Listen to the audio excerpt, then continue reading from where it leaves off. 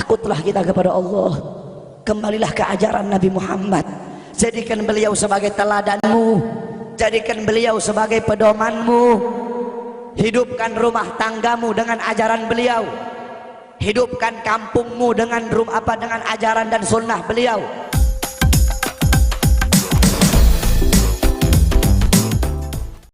Assalamualaikum warahmatullahi wabarakatuh.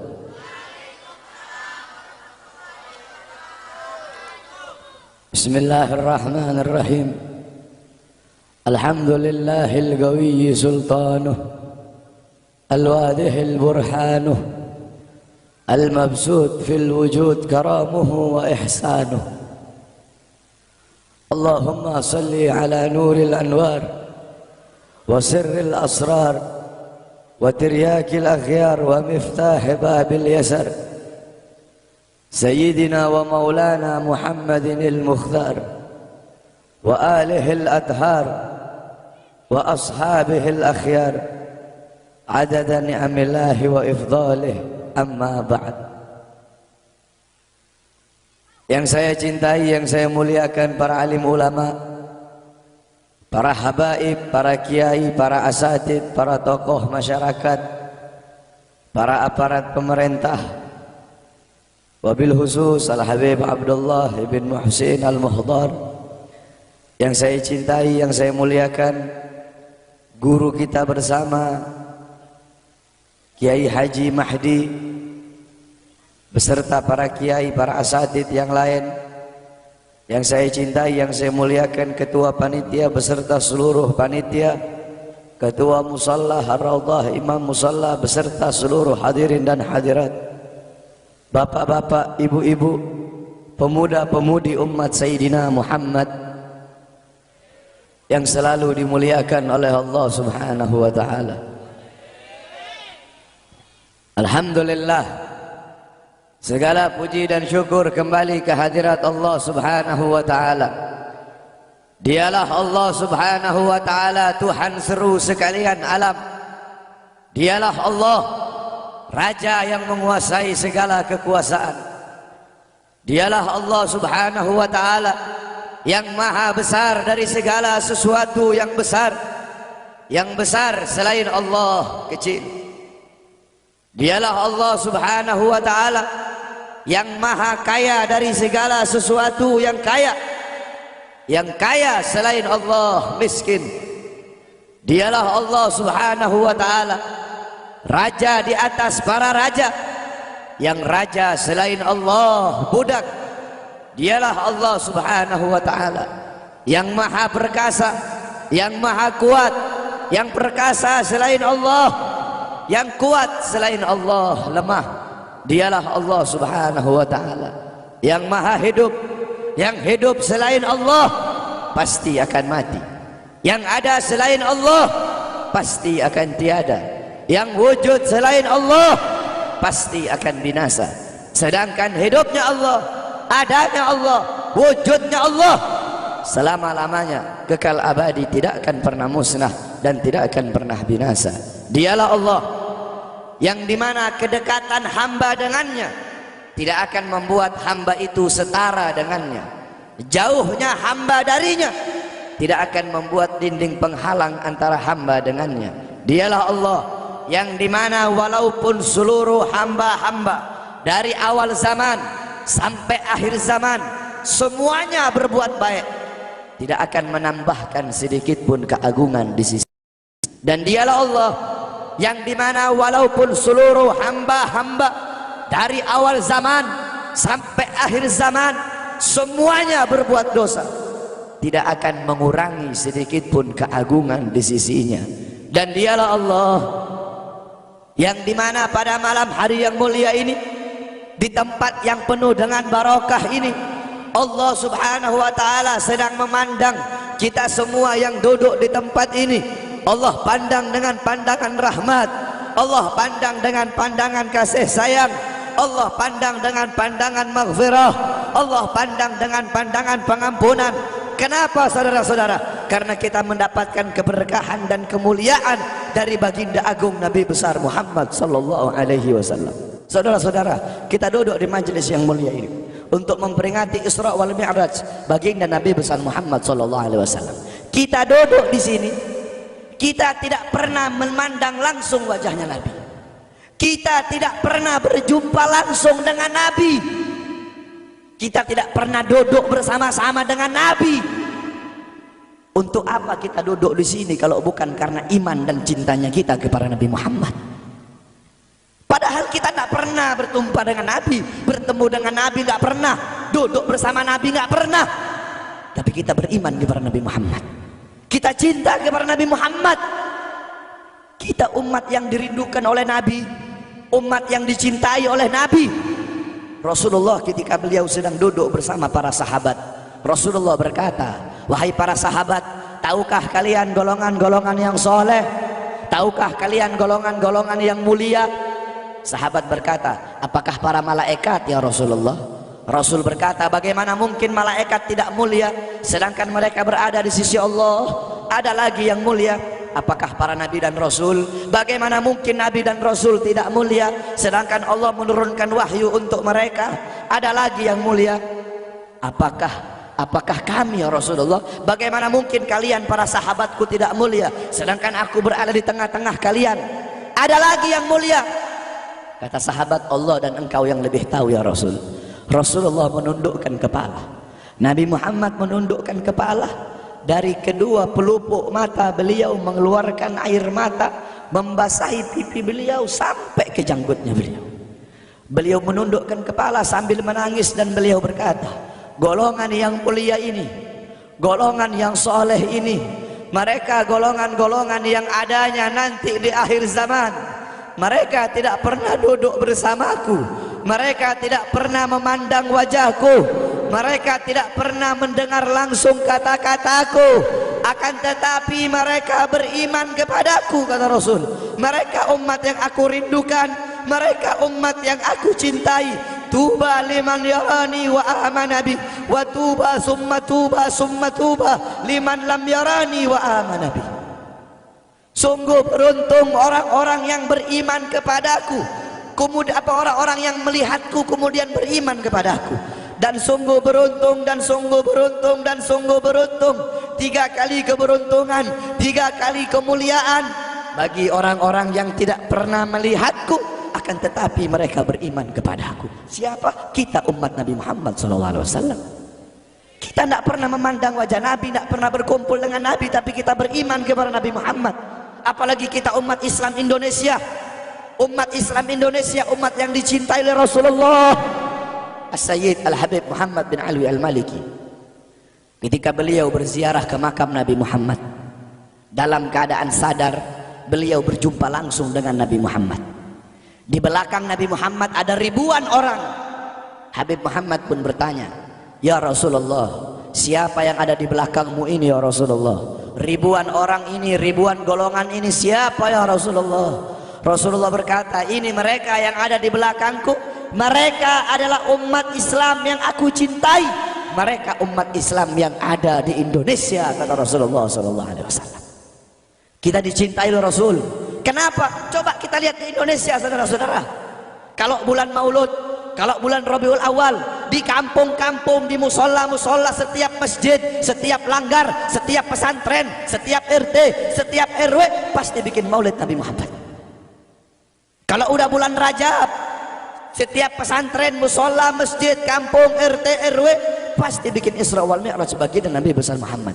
Negara-negara yang lain, tempat-tempat yang lain tidak seperti kita, saudara-saudara. Makanya kita menjadi umat yang dicintai oleh Rasul, umat yang dimuliakan oleh Nabi Muhammad, umat yang dirindukan oleh Nabi Muhammad SAW.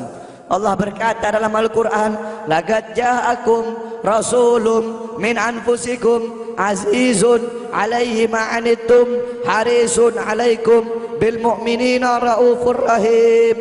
Hei sekalian umat manusia, yang kaya, yang muda, yang tua, yang muda, yang kaya, yang miskin, mulai pejabat sampai rakyat, ulama sampai umat. Hei sekalian umat manusia, laqad ja'akum, telah sampai kepada kalian, telah datang kepada kalian rasulun, utusan Allah, min anfusikum, dari golongan kalian manusia.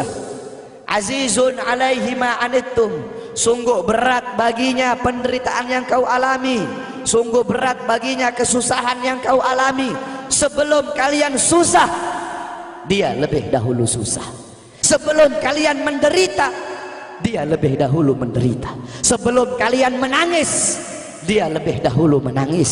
Sebelum kalian berdarah, dia lebih dahulu berdarah. Azizun alaihi ma anittum, harisun alaikum, dia menjaga kalian, menjaga akidah kalian, keyakinan kalian, tauhid kalian, syariat kalian, salat kalian, agar kalian tidak menyimpang, agar kalian tidak tersesat, agar kalian tetap berada di jalannya Allah.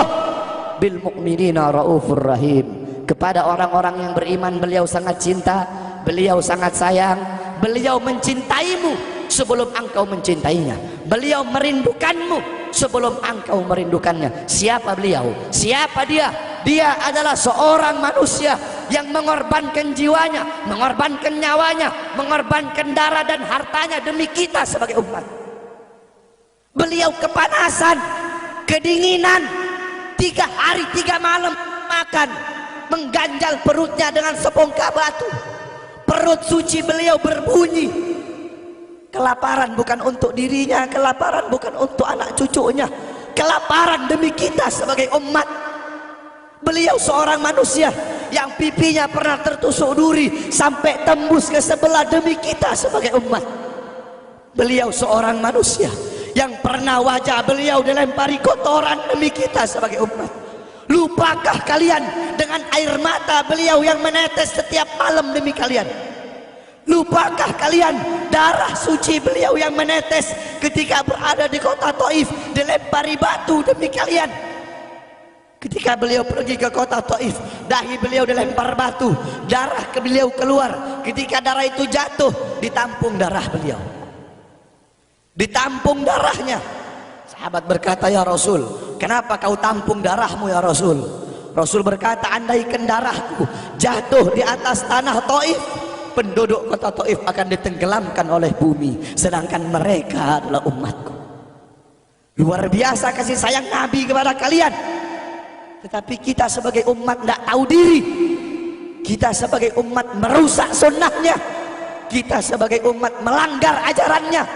Kita sebagai umat semakin hari semakin jauh darinya, meninggalkan pakaiannya, meninggalkan ajarannya, meninggalkan sunnahnya, meninggalkan kepribadiannya, meninggalkan akhlaknya, meninggalkan Al-Qur'annya.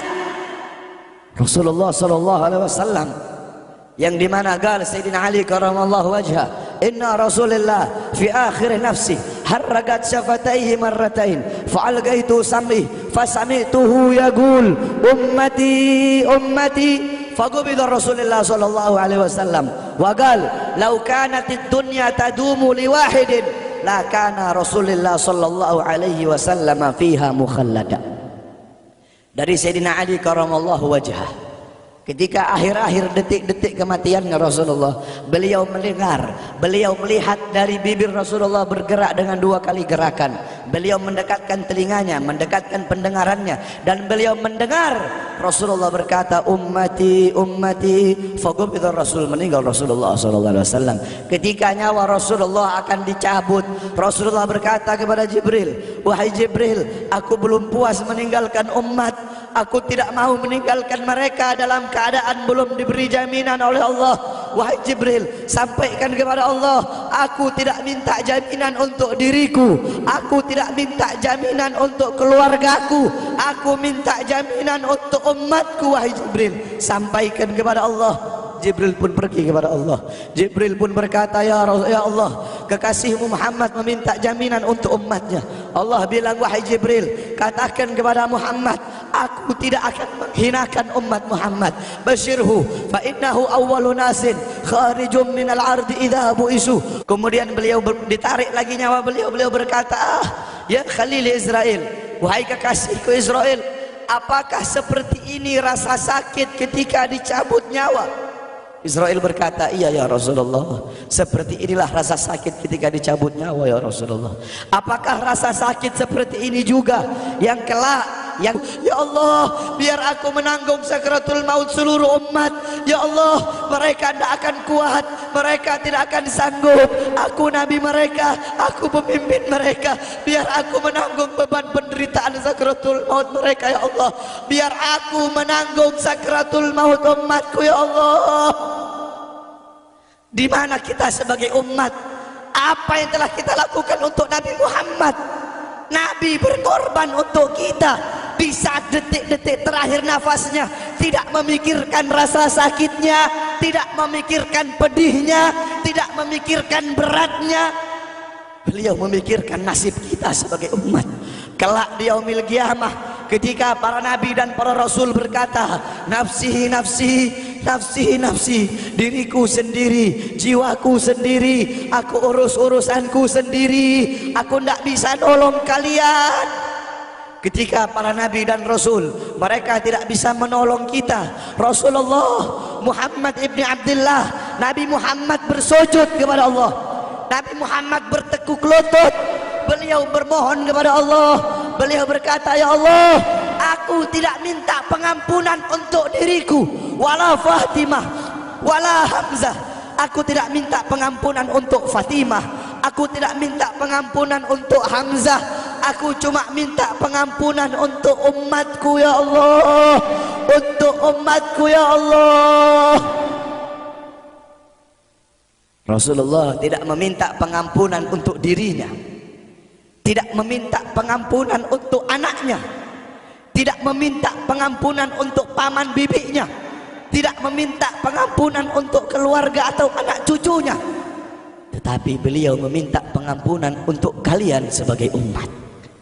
Karena begitu cintanya beliau kepada umat, karena begitu sayangnya beliau kepada umat, sampai-sampai beliau berkata, lau yushaku ahadukum bisyaukatin fi rijlih la ajidu alamaha fi qalbi.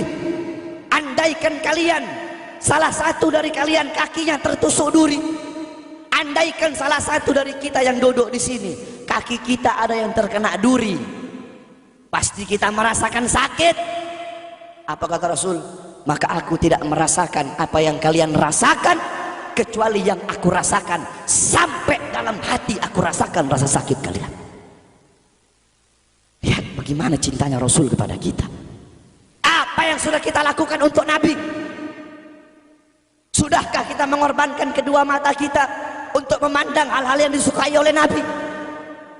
Sudahkah mengorbankan kedua tangan kita memberi makan golongan-golongan yang dicintai oleh Nabi? Mengorbankan lidah kita untuk mendakwahkan, mensuarakan ajaran syiar Nabi? Sudahkah mengorbankan kedua kaki kita melangkah ke tempat-tempat yang diridhoi oleh Nabi? Kita masih belum bisa balas jasa Nabi, dan tidak akan pernah bisa membalas jasa Nabi Muhammad. Jangankan kita duduk di sini berjam-jam, walaupun kita duduk di sini sampai pagi kita duduk, seumur hidup kita duduk di sini, masih belum bisa membalas jasa Nabi Muhammad. Sekalipun kita merangkak, engkau merangkak dari rumahmu menuju makam Nabi, merangkak bukan dengan kaki, merangkak bukan dengan bukan dengan tangan. Walaupun kalian merangkak dengan kedua mata dari rumah kalian menuju makam Nabi, itu masih belum bisa membalas jasa-jasa Nabi Muhammad sallallahu alaihi wasallam. Kita tidak bisa membalas jasa-jasa Nabi Muhammad. Kecintaan kita tidak ada apa-apanya. Apakah kecintaan kita lebih besar daripada kecintaan seorang anak kecil yang ada di zamannya Syekh Abdurrahman Ad-Dibai? Di zaman Syekh Abdurrahman Ad-Dibai, pengarang Maulid Diba, ketika beliau ingin berziarah ke makamnya Rasul, ketika beliau ingin ziarah ke makamnya Nabi, ada satu orang anak kecil ingin ikut berziarah. Maka kata rombongan, hai anak kecil, engkau tidak boleh ikut. Ini perjalanan memakan waktu berhari-hari, bisa 4 hari, 5 hari, bahkan sampai 1 minggu. Kau tidak boleh ikut. Pergi anak kecil tersebut. Pergilah rombongan Syekh Abdurrahman Ad-Dibai untuk ziarah ke makamnya Nabi. Tanpa sepengetahuan rombongan, ternyata anak kecil tersebut bergelantungan di bawah kereta kuda Syekh Abdurrahman Ad-Dibai. Anak kecil itu bergelantungan. Dia sampai berhari-hari gak makan, gak minum, gak tidur, Hanya apa? Hanya ingin pergi ziarah ke makam Nabi. Saking cintanya kepada Nabi Muhammad, dia sembunyi-sembunyi bergelantungan di bawah kereta, nggak makan, nggak minum, nggak tidur berhari-hari. Sampai ketika sampai di Madinah, itu anak kecil jatuh. Itu anak kecil terjatuh. Rombongan bilang, bukankah ini anak kecil yang waktu itu mau ikut? Berarti sudah berhari-hari dia di bawah kereta ini, dia nggak makan, dia nggak minum, dia nggak tidur. Anak kecil itu berlari. Anak kecil itu berlari sampai dia terjatuh. Saking bahagianya, dia sudah sampai di Madinah. Dia ambil debu-debu Madinah, pasir Madinah, dia ambil, dia usapin ke mukanya. Saking bahagianya, sampai itu anak mati. Anak kecil tersebut mati membawa kecintaannya kepada Nabi Muhammad. Anak kecil itu mati, nggak makan berhari-hari, nggak tidur, nggak minum, hanya ingin ziarah ke makam Nabi Muhammad. Padahal anak kecil itu tidak pernah memandang Nabi, tidak pernah berkumpul dengan Nabi, tapi kecintaannya luar biasa kepada Rasulullah. Akhirnya anak itu dimakamkan oleh Syekh Abdul Rahman Ad-Dibai di Madinah. Anak kecil itu dimakamkan di Madinah. Nah, setiap tahun Syekh Abdul Rahman Ad-Dibai ziarah ke makamnya Nabi, pasti ziarah ke makam itu anak kecil. Yang anehnya, setiap Syekh Abdul Rahman Ad-Dibai ziarah makam anak kecil tersebut, kubur anak kecil tersebut bergeser dengan sendirinya mendekati makam Nabi Muhammad SAW. Sampai sekarang makam anak kecil itu ada di samping Masjid Nabawi. Saking cintanya anak kecil tersebut kepada Rasulullah SAW. Kecintaannya kita nggak ada apa-apanya. Kita tiap hari maksiat, tiap hari berbuat dosa, melakukan hal-hal mungkarat, dhalalat, sayyiat. Takutlah kita kepada Allah. Kembalilah ke ajaran Nabi Muhammad. Jadikan beliau sebagai teladanmu, jadikan beliau sebagai pedomanmu. Hidupkan rumah tanggamu dengan ajaran beliau. Hidupkan kampungmu dengan dengan ajaran dan sunnah beliau. Jadikan rumah tanggamu rumah tangga Sayyidina Muhammad, kampungmu kampung Sayyidina Muhammad, desamu desa Sayyidina Muhammad, kotamu kota Sayyidina Muhammad. Man tasyabbaha biqaumin fahuwa minhum. Barang siapa yang mengikuti suatu kaum, maka dia sama dengan kaum tersebut.